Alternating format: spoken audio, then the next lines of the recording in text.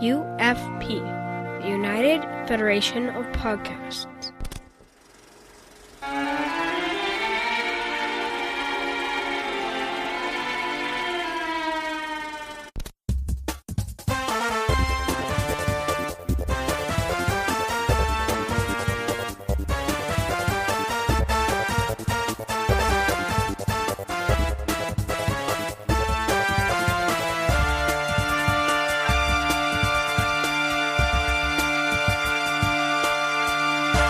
Welcome to Franchise Fatigue, the little podcast on the United Federation of Podcast Network. I'm your host, Brandon-Shea, and in this podcast, what we do is we cover all the movies in a film franchise, we cover all the sequels in a film franchise, and we cover all the remakes in a film franchise. And then we discuss them, and then we release them as a podcast, and then we have fun. And this is the worst intro ever, isn't it, Zach?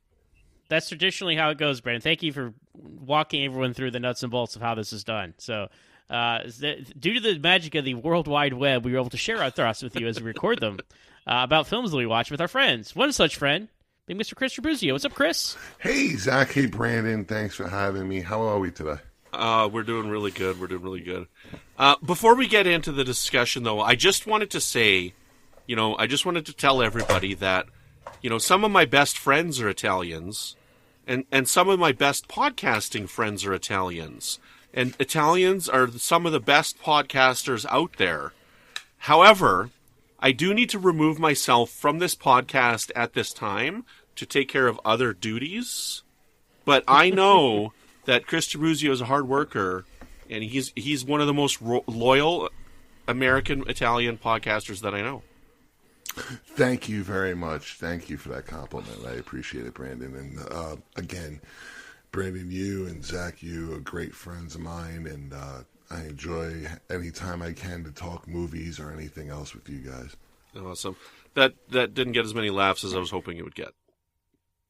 See, listeners, he was referencing the speech from the senator in Godfather Part II, just in case you guys missed it. Because recently, Brandon got into trouble in a little hotel that fortunately Chris owns, and we took care of that business real quick. Ay, caramba. So here we are, talking about the Godfather Part II. Yes, we are jumping in. We're continuing our series, and if there's anybody still listening to this boring podcast, we've got some more fun discussion coming for you in the next little bit.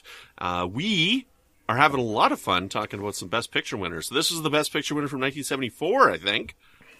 Yes, back-to-back Best Picture winners, right? I mean, I this will be the only time on Franchise Fatigue we were able to say that, because The Godfather won in 72 and The Godfather Part II won in 74 at the Academy Awards Best Picture. Yeah, I don't know if we're going to be covering any other Best Picture winners that ended up with franchises. Isn't that odd?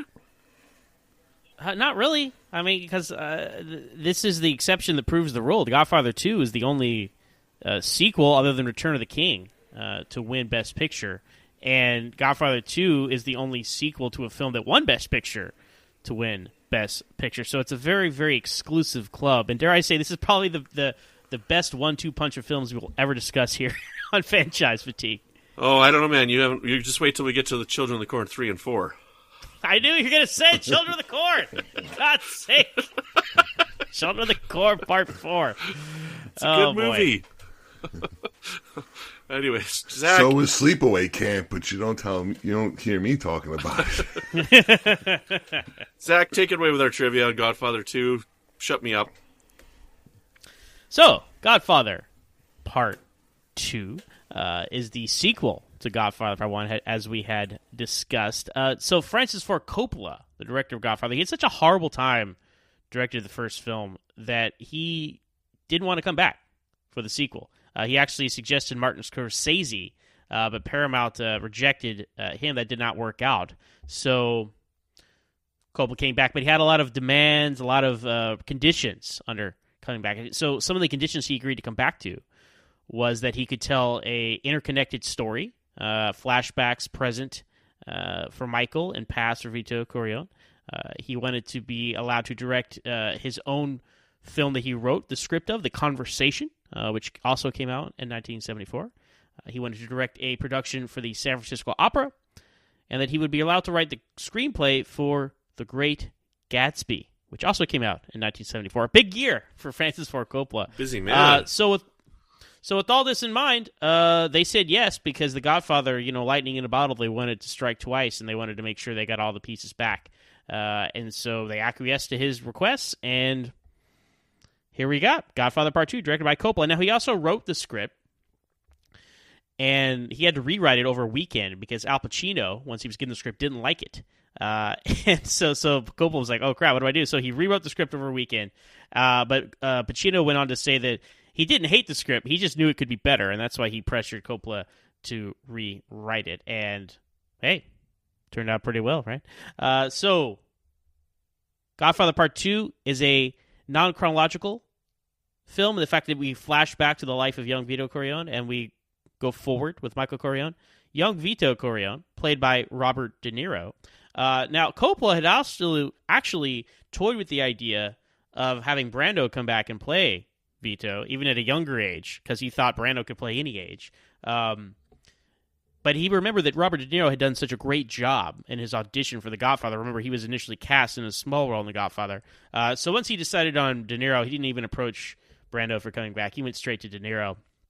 And De Niro went all in for this. He spent 4 months learning to speak Sicilian and other dialects, Italian dialects, to play Vito. And that comes in handy because pretty much all of his dialogue, I'd say like 90% of his dialogue in this film, is in Sicilian. Mm-hmm. He has like a few lines in English, a few words in English, really. Okay, let me ask you about this. So you're saying Sicilian. Is Sicilian the name of the language? Because I know Sicily is a city, right? But I know that Chinese has like Mandarin and Cantonese. So like, is Italian different than Sicilian? Chris would be the guy to ask. Chris, what are your... I'm not asking Chris. I'm asking you, Zach. I'm going to phone a friend. Okay. Chris Tribuzio. What's the deal here? Why, thank you, Zach. Like many other languages in many of the countries, the Italian language has many dialects. Mm-hmm. Sicilian being one of them, and Sicily is not a city. It is just a little country. If you think about it, the way it was told to me, and the way it's been explained in another movie, which I won't mention, but it's the little piece that the boot kicks. Mm-hmm. So that is Sicily there. But like most countries, the Italian dialect varies from each city in Italy, including Sicily. Okay, see, the extent of my knowledge of Sicily comes from Golden Girls, so... Well, thank you for that, Brandon. So speaking of Robert De Niro and Marlon Brando, they are the only two actors to win separate Oscars for playing the same character. Brando won for Best Actor for The Godfather Part I, and De Niro won for Best Supporting Actor for The Godfather Part II. But like Brando before him, he had a significantly small percentage of screen time. Robert De Niro, as Vito Corleone, was only in the film for 46 minutes. And when you consider this film is over 3 hours long, again, that's a small percentage for winning an Oscar. Now, they weren't going to completely leave Brando behind. He was scheduled to return for a cameo in the flashback at the end of the film, which takes place just a few years before Godfather 1. But because he felt the Paramount Pictures mistreated him during the filming of the first film, He just didn't show up that day. So very Marlon Brando-esque. So Coppola rewrote the scene without him, and they filmed it the next day. And they've gone on to say, it almost adds a sense more mystique, about Vito and Brando, that he's not there, but it's a surprise for him. And so I think it works perfectly. But it's interesting that they did plan, much like Sonny, comes back after being killed in the first film. And speaking of James Caan, he requested that, or demanded, I should say, that he get the same amount of money for his one scene in Godfather 2 that he got for his entire time working on Godfather 1. And they gave it to him. Oh, wow. So, I mean... Okay, I gotta say, that is mind-boggling, because I totally thought that was something deleted from the first film, because, Pacino looks young in that scene. Mm-hmm. And he looks older in the film, so I thought for sure that was something that hit the cutting room floor from the first one, that they just decided to throw on to the end of the movie. That's amazing that they got all those people back, that they got James Caan back, to reprise his role for that. That's pretty crazy. Yeah, not only him, but the first husband of Connie is there. and then we have some off-screen other characters that were in the first film. And you're right, and I think that goes to show the power of filming something so quickly. I mean, this film came out 2 years after the first one, so everybody pretty much looks the same. Had they tried that like 5-6 years later, they might not have been able to pull it off. But you're absolutely right, Brandon. It really fits in perfectly. You don't really question the fact that it's like they filmed this after the first film. Now, speaking of other characters who did not return, Clemenza was actually supposed to return. He was supposed to serve the role that Frankie did in the film, being the one who becomes he has to testify and all that stuff. The whole Frankie plotline would have been Clemenza's. But the actor Richard Castanello didn't want to gain the weight back. And also, there's other talks about he wanted to write his own lines and wanted a salary increase. So there's lots of conflicting stories about why he didn't return. But bottom line is, the official word is that he just didn't want to gain the 50 pounds back to play the character, and Coppola didn't want a thinner Clemenza, so he just killed him off screen and replaced him with Frankie, played by Michael G. Gazzo. Now, interesting about Michael V. Gazzo, excuse me. Interesting thing about Michael V. Gazzo is he is on screen in the first Godfather for like a second when they pull up the mother Corleone, because I don't think she ever gets a name, by the way. They just call her Mama. They just have a name. And when she pulls up to the stage dancing during the first wedding, you see him just for a second. I'm like, that is brilliant, because like this guy clearly made up this character to put in the second film, but just he was just in there, like so you can tell you're in your head canon. Oh yeah, that's Frankie. He was at the wedding. Yeah, he was there all along. So it wasn't quite the retcon that it really was.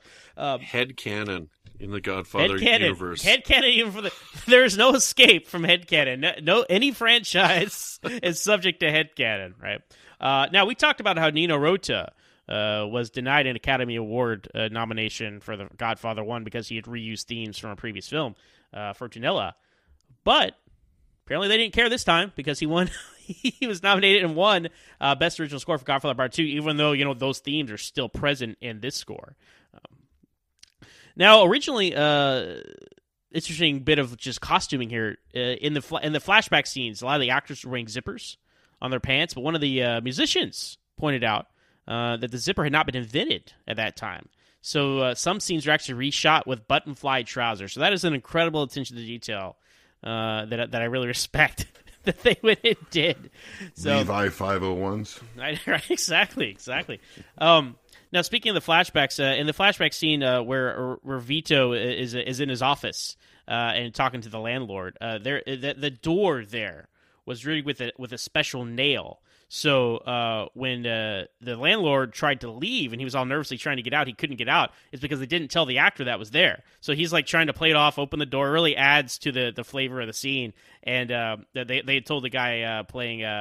I forgot if it was young Clemenza or young Abe Vigoda, whoever was in the scene there with him, where the nail was, and he took it out, and he eventually is. But I thought that was a nice little director trick to kind of add some reality to the fact that he's trying to nervously get out of the store, but he can't get out. So that was very smart. In an early version of the script, there was a subplot with Tom Hagen, who was having an affair with Sonny's widow. And although that was discarded from the film, there is kind of a reference to it at the end when Michael says, "You take your wife, your children, and your mistress." And it was like, whoa, because it is kind of out of nowhere, like a curveball, because you think Tom's just like, I don't know, of all these guys doing their crazy things, you think he's like the one like straight-led, level-headed guy who's walking the straight and narrow path, and that's not the case. I thought that was that actually kind of works more, I think, it kind of like takes you by surprise at the end when he mentions that.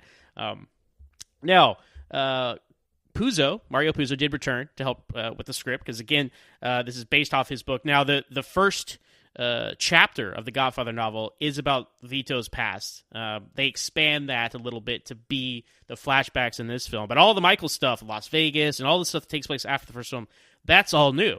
But when it came down to if Michael should kill Fredo or not, Puzo and Coppola kind of had a disagreement, and Puzo agreed on it on the condition that Michael would only kill Fredo after their mother had passed away, and I think that was definitely the right choice there. Also, Kay was originally supposed to truly have a miscarriage due to all the stress and family drama she was undergoing, but Talia Shire, Coppola's sister, who plays Connie, she suggested to Coppola that she would have an abortion as the ultimate way to hurt Michael. And think this works very well in the film. We'll talk about it. But to thank her for this idea, Coppola wrote the scene where Connie goes in and talks to Michael when he's sitting in the boathouse all by himself and asks him to forgive Fredo. So now, interesting, the last shot of the film, a lot of people might not realize this, but Michael's a little older in that shot of the film. There's some old age makeup on Pacino there.